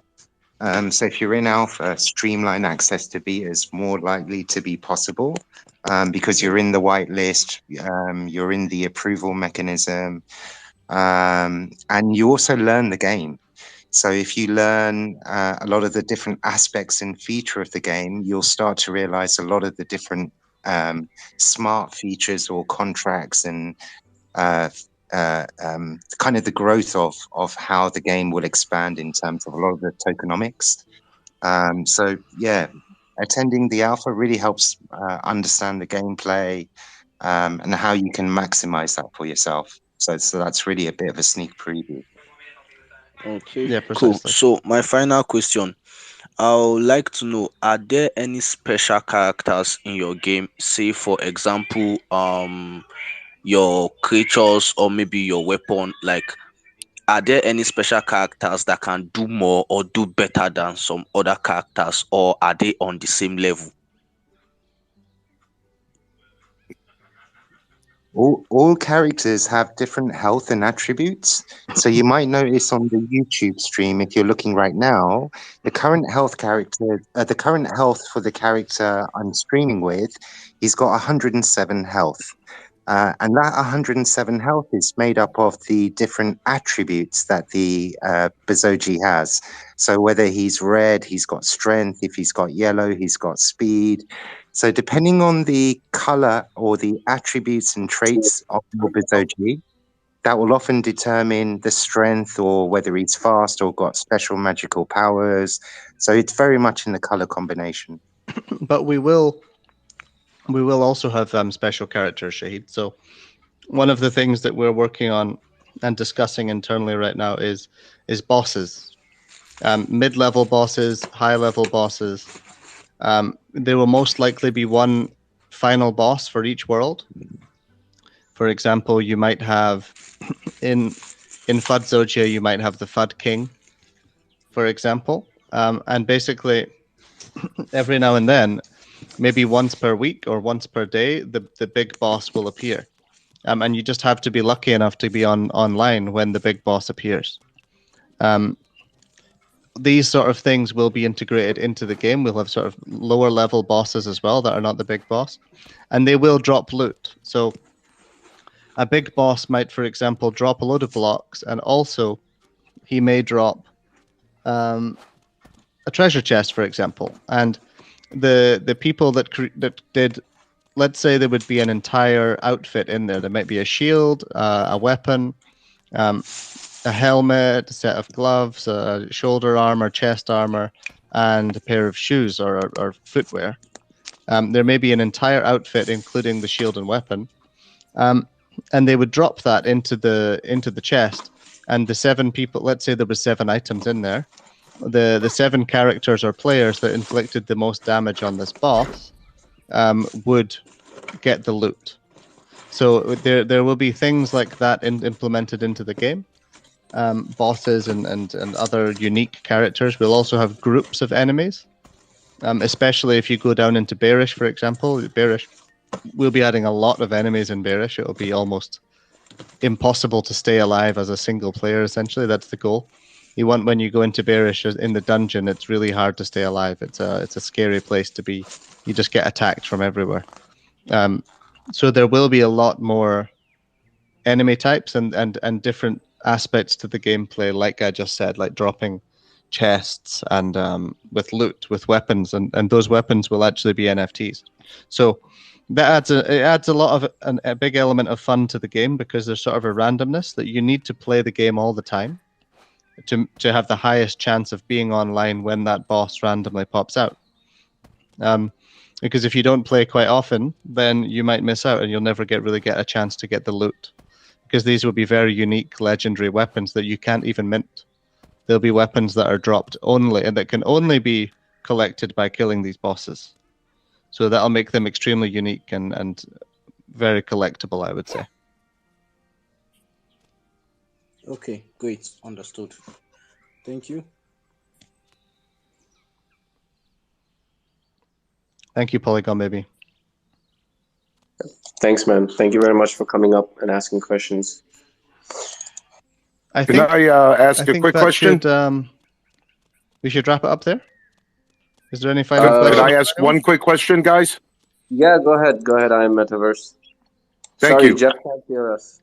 Sorry, yeah, I can't what- hear. I can hear you, Zach. I can't hear him. Sorry. Sorry. Okay. Just for anyone that joined late, I wanted to confirm alpha testing is Thursday at 10 Eastern. I'm not really sure about the Eastern time. I know about the Yes. UTC carry. Yes, that's correct. Yeah, it's Friday Okay. morning And- China time, and US is about Eastern is about 12 hours behind China time. So that makes sense. Gotcha.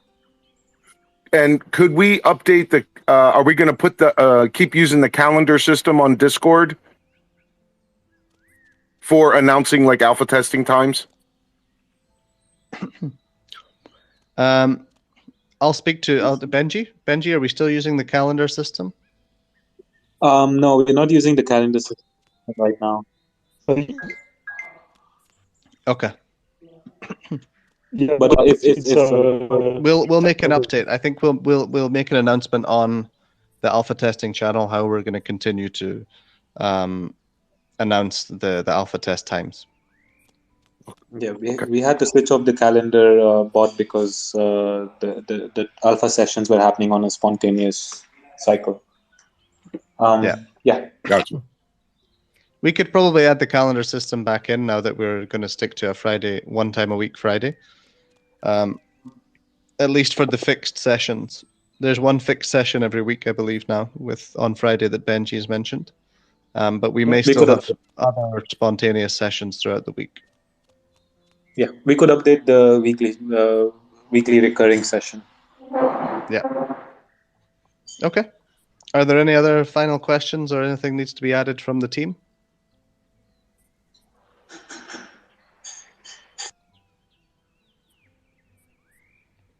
I think we've covered everything. Sorry, the phone was just charging at the same time. Share, like, subscribe, tell your friends, tell your family. Happy Monday as usual. I hope you love the new site. Lots of upgrades to come, further templates, and just keep an eye out for all the communications. It's only when you subscribe to our social channels that you're going to get first-hand information as soon as we release it. So the best way to stay up to date is subscribe to Twitter, Facebook, YouTube, and you will hear everything as soon as we're ready to drop. Yeah. I think also, everyone, please do take some time to look at the new website. We put a lot of time into it. And if you have any feedback, do get in touch and let us know. And we can also add content to it and make changes based on community feedback. It's an evolving project. It's not like this is the final site and it is complete. There will be new content added in on a few times a week, actually. Almost every day there will be new content added to the website, whether it's FAQs or different content pages. We will also be adding in a lot more different components to the site to make it to integrate more dynamic content and maybe some social media posts. Almost every week there should be UI changes and updates to the content on the site. So keep an eye on it, and every week there'll be new stuff on there.